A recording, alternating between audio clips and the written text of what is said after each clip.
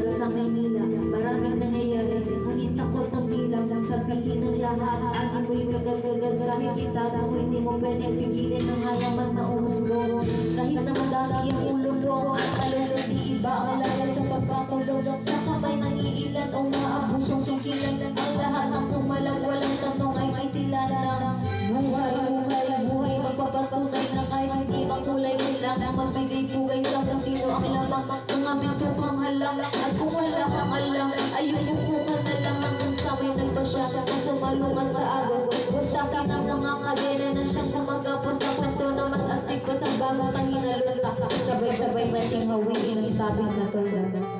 Kahit sa madaling kumapit, isang bukay, isang dahil, ang mga kamay na may bahid ng daling kasama sa buhay namin lala. Isang maling akala na ang dalawang kuminsan ay tama. Ang hari ng mundo, hari ng mundo, pagkamabay sa ganda. Hari ng mundo, hari ng mundo, hari ng mundo, pagkamabay sa ganda. Hari ng mundo.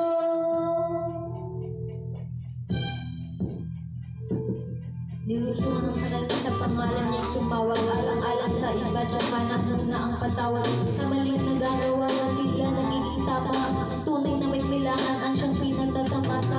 Lahat sila'y takot na makapato ang ugali. Mga bakal na may nagbabagang biglang papalang-palang sa hangin na mas nasang nakakapahinay na ang lahat. Hindi mo matanggal na para bang si Manang parang nakakulawin subalit. Sa kabila ng lahat ay inuyang lamang na nag-iisang bulang lang ang siyang tanga na dahatid sa kanya sa katituan at hindi ipagpapalit sa kahit na sino man. Ngunit nang dumating ang araw na susunan niyang talikuran ay huli na ang lahat at sa kamay ng kaibigan ipinasok ang sigad ng ulo ang ugong sa lalatak. Ngayon alam na ang kwento ni Asyang sa lulong. Kahit